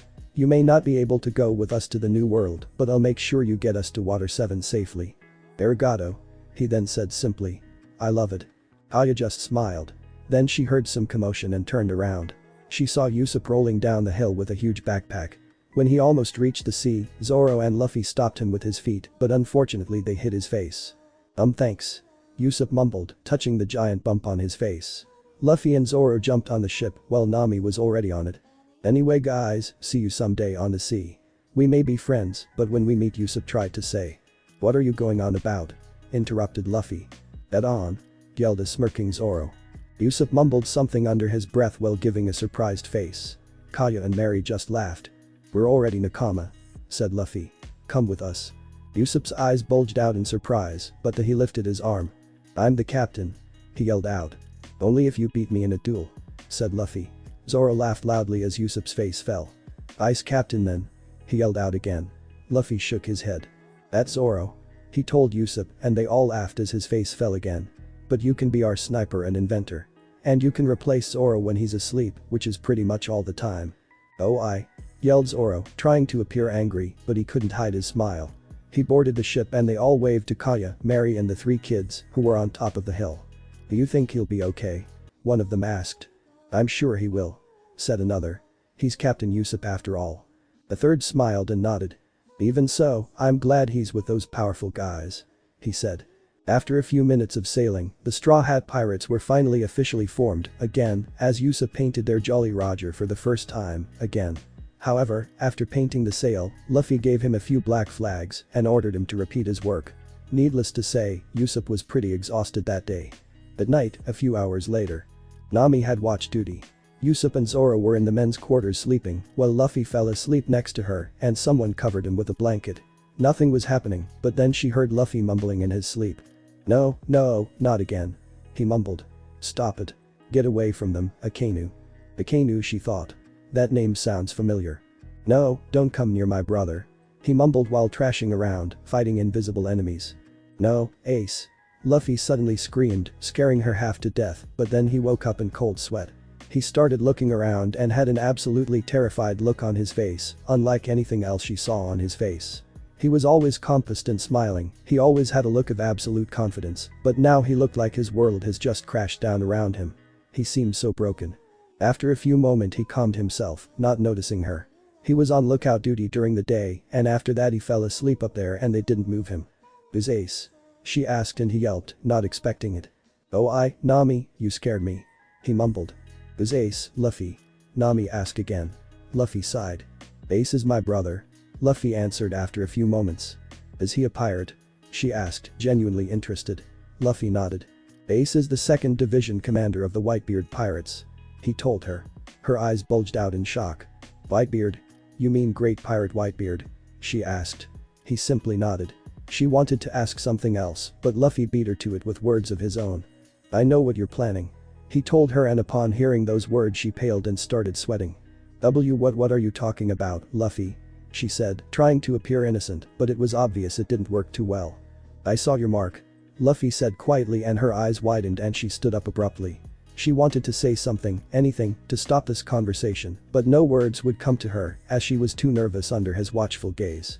Then she touched her shoulder, where the tattoo was. "It's obvious you hate him," he continued. "But you must be trapped somehow. Does he have your family?" She didn't say again, but she lowered her head and he could see a tear slipping down her face. He sighed. "Take the ship," he suddenly said. She lifted her head and looked at him like he grew another head. Excuse me?" she asked. "You're collecting money, right?" he asked, and she nodded. "I've put on this ship half of my money, which is 6.000.000 berry." Her eyes widened. "That will be enough," she thought. "I'll have the 100 million now." He sighed again. Take the ship, take the money and give it to him. Get your family back. He said to her. We'll follow you. If he betrays you, I'll kick his ass. During the day, a few hours later. Hey Usopp, can you hit that giant rock with the cannon? Luffy asked and motioned toward the rock, which was the size of a small island. Yosh. Usopp proclaimed and took his captain's stance. He lit the cannon and hit the rock with the first try. He was somewhat surprised at this himself, but he soon forgot about that when they heard screaming. Hey guys. Luffy yelled. Let's go over there to that rock. Someone screamed. They obeyed and tried to bring the ship close, but their thought process was interrupted when someone, namely Johnny, jumped on the ship and tried to slash Luffy. When he was just about to destroy a part of the fence, Luffy punched him, sending him toward the mast. He really didn't want Mary to get damaged so soon, even if it was just a fence. Johnny picked himself up, Luffy didn't use too much power. And lifted his katana again when Zoro called out to him. Johnny recognized him and finally calmed down. Then Nami fixed his partner Yusaku's scurvy problem, and in gratitude, the duo promised to treat them at the floating restaurant, while also mentioning that Dracula Mihawk was sighted somewhere nearby. They left for the restaurant. Who's the captain of this ship? A pink-haired man in a white striped suit asked. Luffy stepped forward. I'm Monkey D. Luffy, captain of the Straw Hat Pirates. The man seemed unimpressed. Their ship is an eyesore. Sink them. He announced and one of his men loaded the side cannon. He lit the fuse and fired. Luffy jumped in front of the cannonball. Gomu Gomu no Fusen. He yelled and became a balloon. He caught the ball with his enlarged body and threw it back at them. The cannonball flew past the mast, missing it barely. Full Body seemed shocked. If you try that again, I'm sinking you. Luffy announced in a casual tone as he hit the ground. He pointed toward the Baratie. Get us there, guys. I'm hungry. He went past Nami, who looked at him with uncertainty. Wait for the enemy to appear. He whispered in her ear. She nodded. With that they approached the restaurant. After securing the ship, they left one of the two bounty hunters guarding it. Luffy eyed the marine vessel suspiciously, but the annoying marine lieutenant made no move to attack, no doubt scared. Even so, he did not change his course and still headed for the restaurant. Luffy sighed in relief when Full Body exited the ship and headed to the restaurant entrance. When the door closed behind him, Luffy and the group followed. For the special occasion, you don't recruit such an excellent cook twice. Luffy wore a red captain's cloak, very similar to the one Gold Roger once wore, on top of his cardigan. He opened the door and entered, followed by Johnny, who was there to treat them, as well as the rest of his nakama. When he entered, all attention shifted to him for some reason for a moment. It may have been his powerful aura, but Luffy didn't particularly care at this point. Johnny pointed to an empty table, and Luffy shrugged and went there. They waited for a few moments, and then he arrived. Sanji. Flashback. Fine, shitty captain. I'll make you some meat, just make sure you take this to Nami Swan and Robin Schwan. Sanji said and handed him a platter with delicious looking snacks. He eyed the snacks longingly and looked at Sanji. He sighed. I'm sure the ladies will give you some. Just ask them first. Luffy nodded and smiled. The best cook in the world. Luffy thought and almost teared up. Sanji looked at him and sighed in irritation. What do you want to order? He asked in an annoyed tone. Meat. Luffy practically screamed. Sanji looked at him wide-eyed, not knowing whether to laugh. Sire slapped the bastard. He settled for the second. Give me lots of meat. Luffy repeated. Sanji nodded and murmured an insult under his breath. He turned to the rest of them and noticed Nami and his visible eye immediately turned into a heart. Ah, what beauty. He sang out and kissed her hand. I think I'm in love. What is your name, oh beautiful lady? It's Nami. Said orange-haired navigator answered. I'm Sanji, my love. He proclaimed while dancing around her in his love-induced state. Patty and another cook in the background both sighed and face-palmed. So what can I get you? Sanji asked. Just a light treat. Something with fruit. She answered. And I'd really appreciate it if I didn't have to pay. Hi, Nami-san. I can't really ask such a beauty to pay. He answered. She smiled sweetly. He turned to the rest of them and his demeanor changed considerably. What do you shitheads want? He asked. They were taken aback by his rudeness, but nonetheless started to order things. Hey Sanji. A childish voice called after he took all the orders.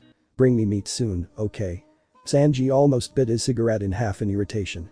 A few minutes later. Sanji walked to the table alongside two other cooks.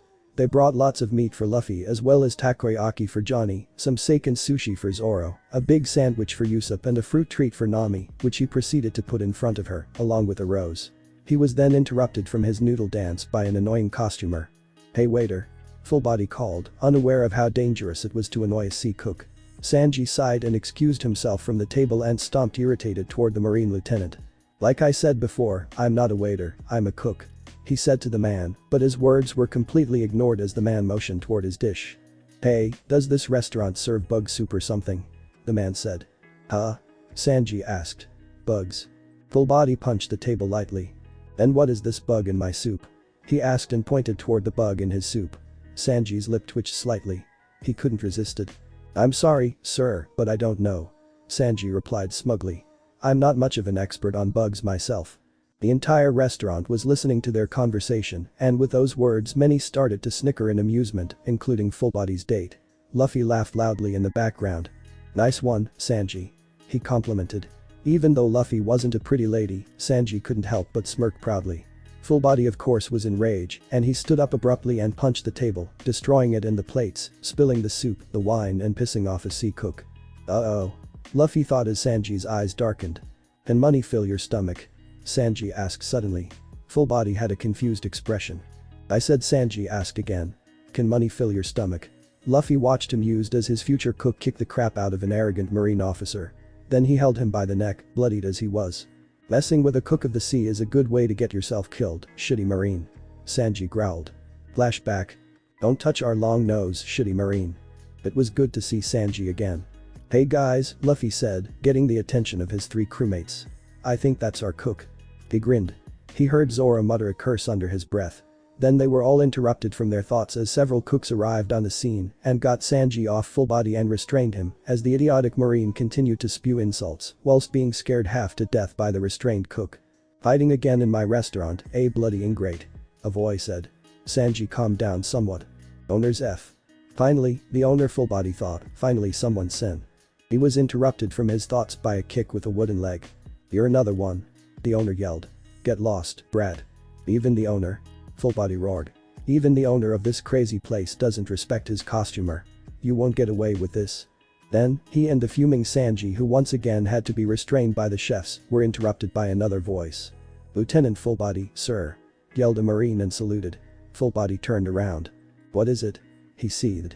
The Marine seemed frightened. "Sir, the prisoner has escaped," yelled the Marine. Full Body's eyes widened. "He took out most of the guards when I left." The gunshot pierced his dot. The Marine fell down on the ground. A few costumers screamed. Behind him was a pale-looking man who looked like he didn't sleep for a month. He nonchalantly stepped over the fallen Marine and went to the nearest empty table and sat down. All eyes were on him. He looked around. "Bring me some food," he yelled. "This is a restaurant, isn't it?" "Oh, a costumer," Paddy yelled out in joy. Apart from that, everything stayed quiet. Full Body silently dragged himself toward the exit as the attention was no longer on him. Paddy stepped in front of Jin and asked him if he has any money.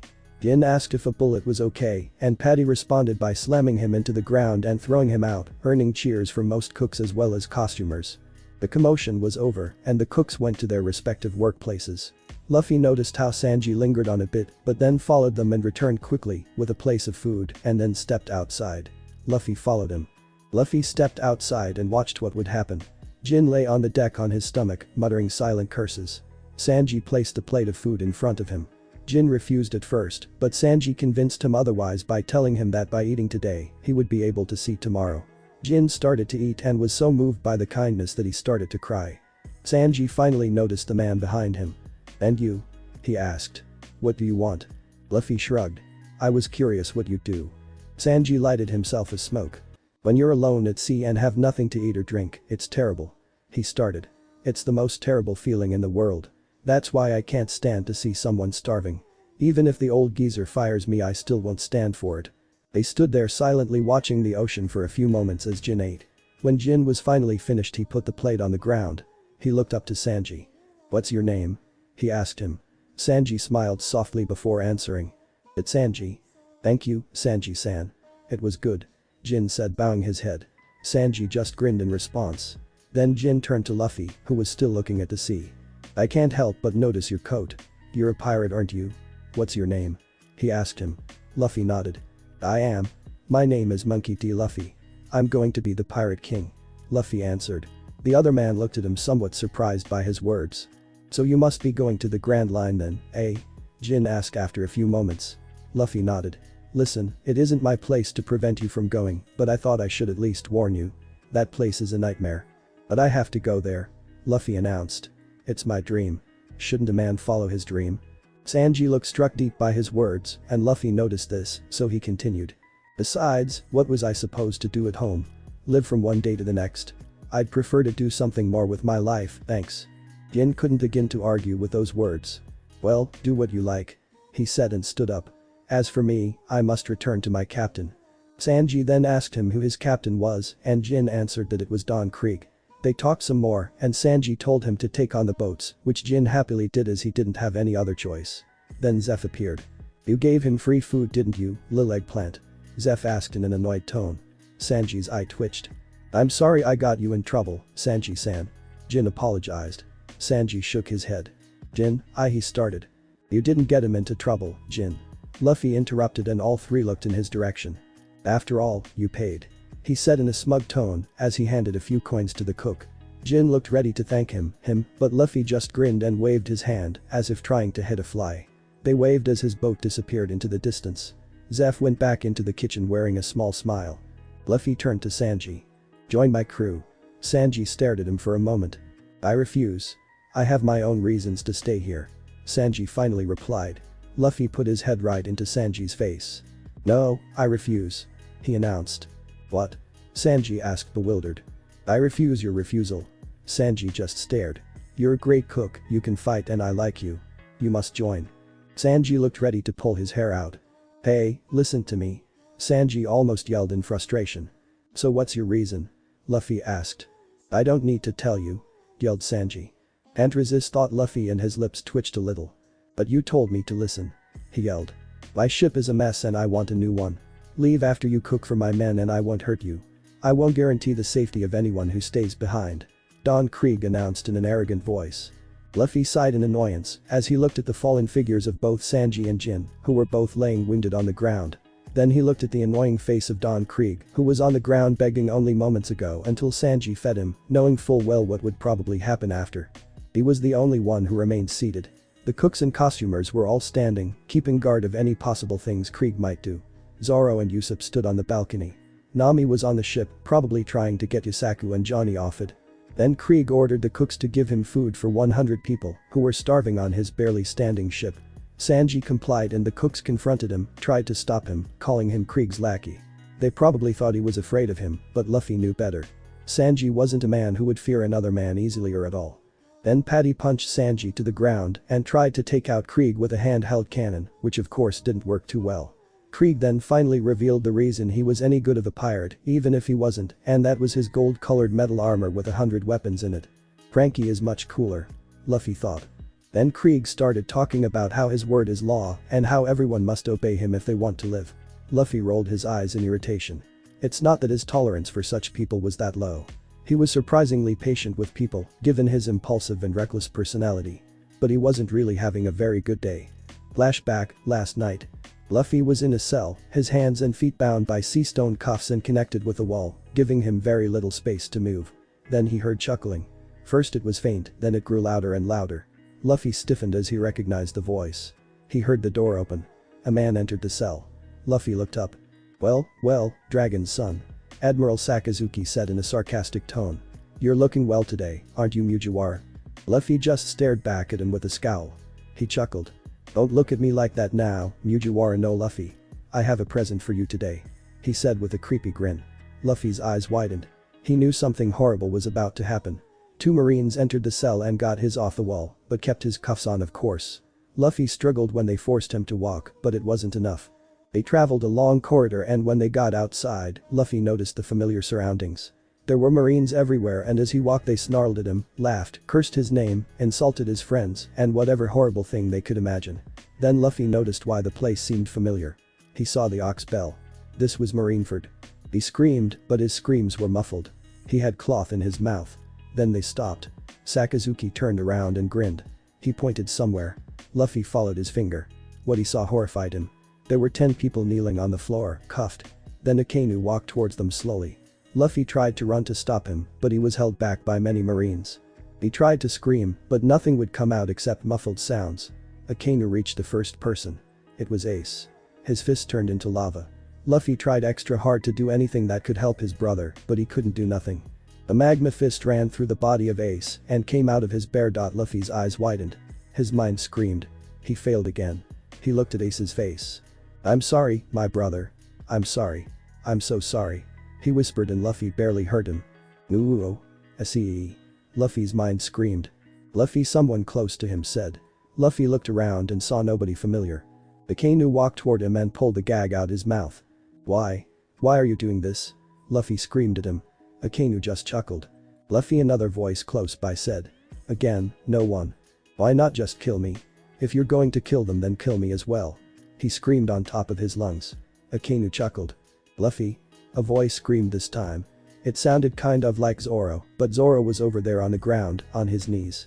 Luffy was sure he was losing it. Akainu started laughing. "Oh no, Dragon Son. You're not going to die," Akainu said in a low, threatening tone. "I'll make sure of that.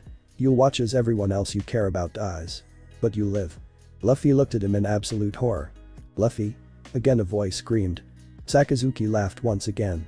"That's your punishment, Monkey D. Luffy. For the sin of being born." Akainu walked back to the prisoners, chuckling to himself all the while, already turning his fist into magma, and Luffy screamed, unrestrained. "Luffy!" Usopp yelled. He felt pain on his cheek. Then he woke up. He was completely covered in sweat. He looked around, terrified. He saw the faces of his two male nakama staring at him, worried. He put a hand on his dot. His heart was beating fast. He ignored the questions of his friends. In fact, he almost didn't hear them. All he could hear was the constant chuckling of the admiral. Needless to say, he did not sleep even a minute more that night. "You see, this armor is tougher than anything. It can withstand anything. Don't mess with the East Blue's greatest, Don K." "Would you just shut up?" Luffy interrupted. Everyone looked at him in shock, including Krieg. "I didn't have any freaking sleep in 2 days, and now I have to listen to this stupid crap," Luffy yelled. "Just shut the hell up and go back to your stupid ship, Don Klinger, whatever the hell your name is, jerk." Sanji blinked. This was totally different from yesterday, when Luffy was practically jumping around in joy. Luffy stood up, ignoring their shocked stares, and walked up to another table, picked up a glass of water and spilled it on his head, then casually walked back to his table and plopped in his seat. In the corner of his eye he could see Zoro smirking. He looked at Krieg. He could practically see the tick forming above his eye as he turned more and more red in anger. Then he exploded. You brat. How dare you disrespect me, the great Don Krieg," he yelled out in rage. He took a deep breath. "But I guess it can't be helped," he said in a calmer tone with a smirk. One could see he was still mad, though. "You're too ignorant for your own good, brat. I'm Don Krieg, I'm the strongest man there is." Luffy smirked. "Really, Don Cribs?" he asked in a childish-sounding tone, saying the name wrong on purpose. "I think you're the ignorant one. Haven't you ever heard about Whitebeard?" He could hear a few of the cooks fail to suppress a snicker. Sanji chuckled. Then Zeph arrived, and before Krieg could do anything else, he put a giant bag in front of him.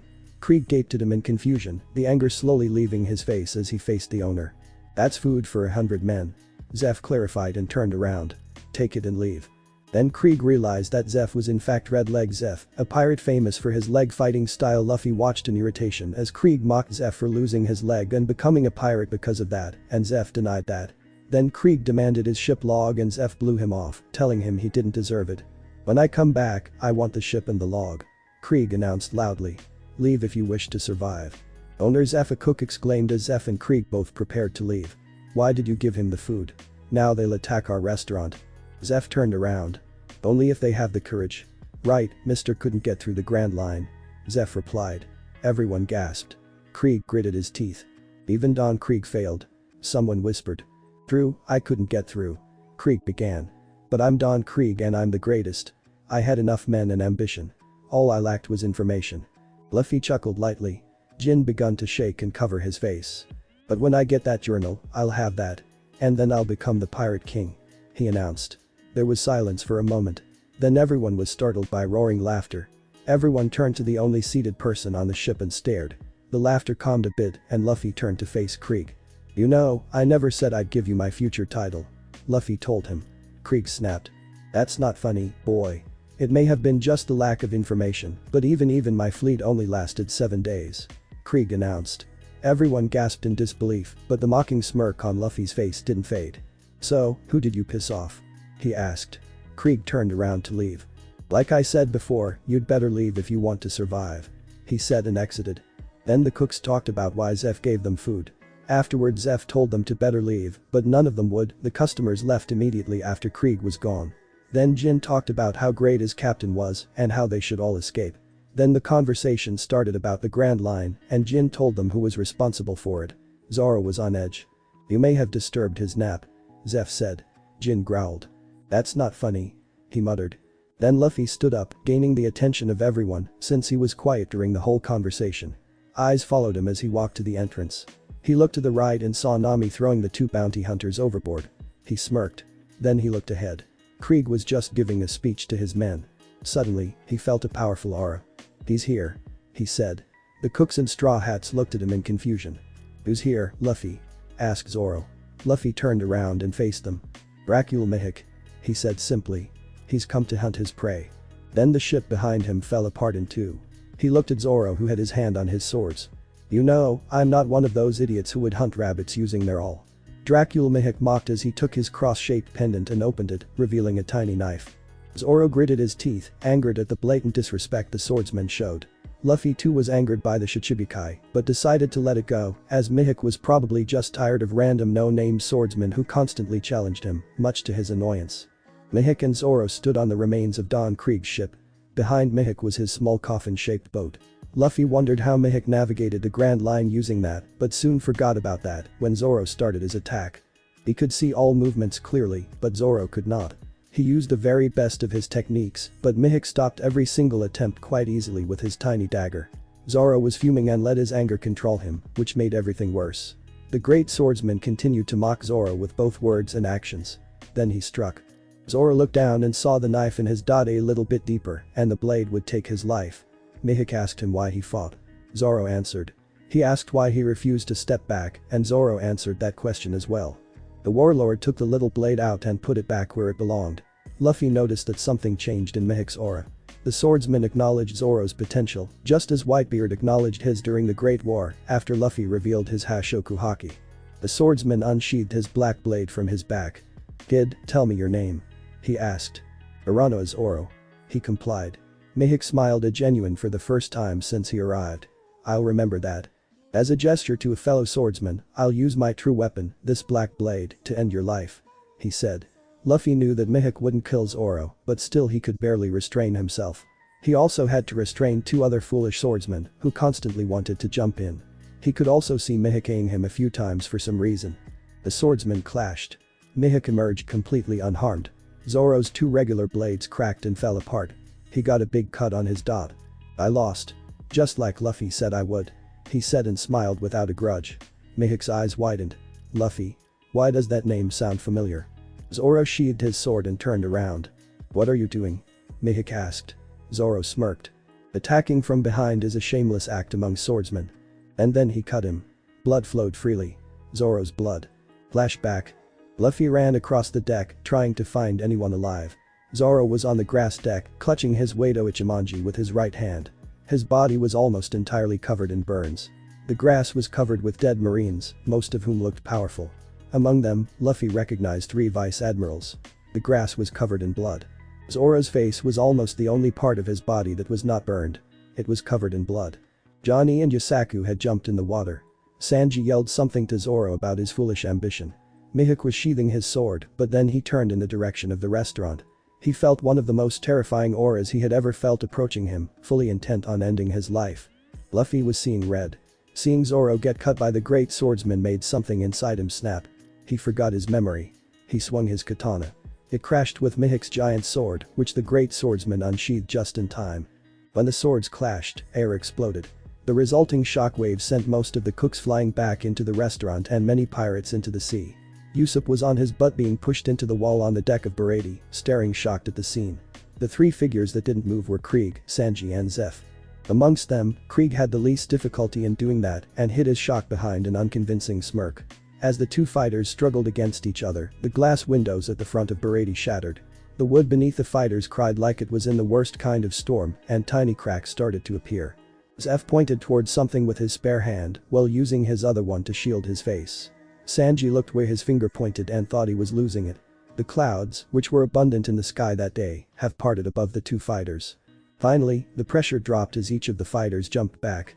That wasn't the end however, as immediately upon touching the ground, Luffy threw himself on Mihawk again. Each time their swords hit it felt like an explosion. Luffy didn't limit himself to using just his swords however. Using his devil fruit, Luffy used his legs and his free hand to try to get a hit on Mihawk. The Shichibukai noted this. This man is no swordsman. He seems to be primarily a user of free fighting style. He thought as he fended off his opponent's strikes. The attacks were no doubt powerful, but being on the defensive, Mihawk had no trouble defending against most of them. Then they heard violent loud coughing. Luffy jumped back and looked to his right. He saw Zoro being held above water by both of the pirate hunters. He looked back at Mihawk. His opponent noted that his eyes then lost all of their ferocity and rage. The only thing visible on his face was relief. This man, Mihawk thought to himself. It's him. There's no other explanation. It must be him. Both of the fighters sheathed their swords. Is Zoro okay? Luffy asked as the two dragged his swordsman to the boat. They confirmed he was going to be okay and started treating his words. Mihawk stepped in the direction of the boat. It's still too early for you to die. The greatest swordsman in the world announced for all to hear. My name is Dracula Mihawk. Find your true self, your true world and become stronger. No matter how long it takes, I'll await you at the top. Surpass this sword. Surpass me. Rarano Zoro. The cooks and pirates picked themselves up and watched in disbelief. Then Zoro announced his intention to do what Mihawk said and lifted his sword, announcing to his captain that he won't lose again. Luffy accepted his words with a grin. Mihawk turned to Luffy who was looking at his unofficial first mate. So you must be Monkey D. Luffy. He said to him. Luffy tilted his head confused. How do you know that? He asked him. The swordman chuckled. How would I not know? Red-haired keeps talking about you. He told him. Every time I visit him, he tells me about the scary 7-year-old he's met. Luffy laughed sheepishly. Everyone stared at him. So red-haired Shanks knows this boy? Zeph asked himself. Whatever, I'm not really that surprised anymore. Are you going to see him anytime soon? Could you tell him something for me? Luffy then asked. Mihawk considered his words for a moment. The boy was a friend of Shanks. Although the request was a bit annoying, he was sure he'd visit Shanks soon anyway. Finally he nodded. Alright, thanks. Tell him that Luffy started. Hawkeye's. Don Krieg then interrupted. Didn't you come to take my head? Dracula Mihawk would forever wonder how idiots like this could be pirate captains. How could an East Blue weakling possibly find it a good idea to interrupt the conversation of two men, each of whom was proven to be perfectly capable of pulverizing him with no effort at all, and of whom one was clearly not in the mood to forgive the interruption. Mihawk has to suppress a chuckle as Luffy's entire face twitched in irritation. Give me a minute, Hawkeyes. Luffy spoke in a badly faked calm tone. Mihawk nodded. Luffy unsheathed his sword and slashed forward. Nami, red wave. He announced and a light red flying blade attack flew towards Krieg. The Don saw the attack coming, but it was way too fast and it hit him straight on. His armor was barely any help against it as the red wave attack pierced straight through it. What's more, after the attack hit, the armor cracked and most of it fell off. The Don stood for a moment and then fell backwards. The Krieg pirates surrounded their captain and checked his vitals. Then Luffy growled and they looked at him. That lost, jerks. He yelled at them and they all fell on their butts. The thought going through their heads was the same one. SS scary. Then he growled again and they panicked and all started jumping in the nearby boat until they were all in it. Somehow the boat didn't sink. Hey. Luffy yelled at them. You forgot Kong. He kicked Don Krieg at the human pile and he crashed into them, sending many of them into the sea. They quickly got back on the boat and started rowing like crazy to get away. As they were getting away, Luffy felt a presence behind him. It was a stupid-looking large man with various shield on his body. He tried to take him out with a sneak attack. Armament. Luffy murmured.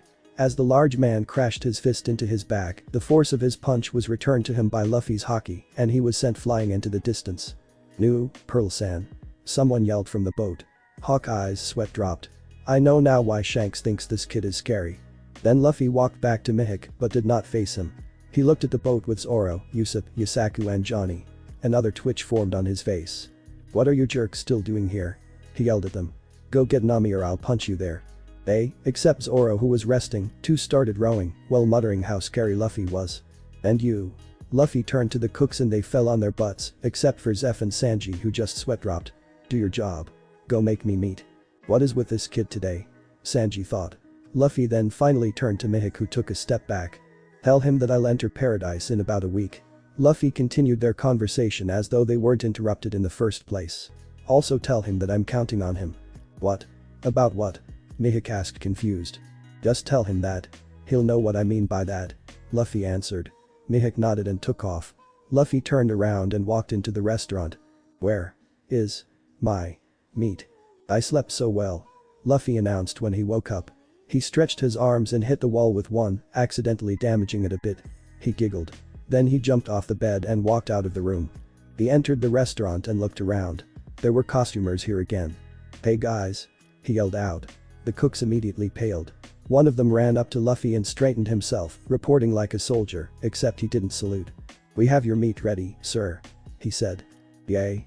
Luffy exclaimed in joy. The cook looked at him oddly. Then Luffy noticed Sanji, who just brought some costumers some food. Oh Sanji. He yelled to him. The cook cringed and took a step back, but didn't try to run as he knew it'd make things even more difficult. When he tried that yesterday, Luffy's attempts to recruit him became pretty violent. Luffy, he stuttered, and some of the regulars were confused because they knew how rude Sanji usually was to men. Will you join me, Sanji? Luffy asked. Sanji sighed. We've gone over this, Luffy. I can't join you, I even told you why. Sanji replied. I won't leave until the old geezer acknowledges me as a good cook. Luffy tried to speak, and Sanji flinched. What is with you guys? Luffy asked while laughing. You're acting like I'm some ultra scary guy. You are. Every cook in the room yelled in unison. I am? Luffy asked, staring dumbfounded. Everyone's sweat dropped. Anyway, Sanji, after you stormed out yesterday, the old guy said that you are a good cook and he just says you aren't so that you'd leave and follow your dream. Sanji just stared at him in shock. He did. Then something crashed into the restaurant. Sanji, Luffy and a few cooks ran upstairs and saw Yasaku in the mouth of a shark laying on the floor. Yasaku? Luffy said childishly with a pout. Why didn't you tell me you were a merman? Everyone fell over. He's not a merman. A cook said and slapped him. Luffy looked at him. The cook fell on his butt. The cook's distorted memory. After completely wiping out the Don Krieg pirates and his own pirates, as well as scaring away a Shichibukai, Luffy returned to the restaurant. His eyes darkened and while breathing poisonous fire he yelled. Where is my meat? So scary. The cook muttered, nearly catatonic, while Luffy poked him in the face. A few hours and a teary goodbye later. Sanji, make us some food. Luffy yelled, while taking a heroic pose, with his sword in his right hand. You know, you guys are way too casual for this. Arlong is dangerous, said Yasaku. Sanji snorted. You're a moron, Yasaku. He may be dangerous, but didn't you see what Luffy did to Don Krieg? He asked. Yasaku sighed. Point taken. Hey guys, who's Don Krieg? Luffy asked after a while without moving from his pose. They both fell over. The guy at the Baratie who you beat up. Yasaku yelled. Oh, that guy. I beat that guy up good. Luffy proclaimed proudly. Serves him right for trying to rest while the rest of the cooks made my meat. They sweat dropped. What? Asked Yasaku. Sanji lighted himself a cigarette. He's talking about a cook he beat up after he noticed he wasn't making any food for him. He said and puffed out a smoke. What? Yasaku yelled. Don't you remember the pirates that were there? You know Don Krieg, the pirate. Huh? Luffy asked. But that guy's name wasn't Don Krieg. It's Dracula Mihawk. No, the other one. Sanji yelled. Luffy looked at him confused. You mean the one dressed like a yellow trash can? He asked. Sanji and Yasaku both blinked and blinked and blinked again and then roared out in laughter. After they calmed themselves and Yasaku wiped his tears, he finally asked. Luffy and Nikki, were you doing a posture? Luffy looked at him like the answer was completely obvious. Well, we need a bronze statue. He proclaimed without moving. Bronze statue? Yasaku repeated while Sanji face-palmed. Why are you doing a posture though? Well, we don't have one, so I'm trying to fill the part. Luffy said proudly and knocked on his, then put his arm back into position. Why would we even need one? Sanji yelled. They watched as Luffy's face became more and more red. Then finally they asked. Why are you all red, Luffy and Nikki? Asked Yasaku. Luffy looked at him and took a deep breath. I tried to think of a reason, but it hurts. Luffy whined. What? Thinking? Sanji asked in a deadpan expression. Yes. Luffy confirmed. Then both they into the cabin, Yasaku shaking his head and Sanji muttering curses about stupid shitty captains. When they closed the door, Luffy erupted into laughter. Thanks for watching this video. If you really enjoy this video, like, subscribe and comment down below and turn on that bell notification. Don't forget to support and follow the TheVictor for writing that awesome fanfic and also make sure to comment on this story link in the description. See you in the next video. Goodbye.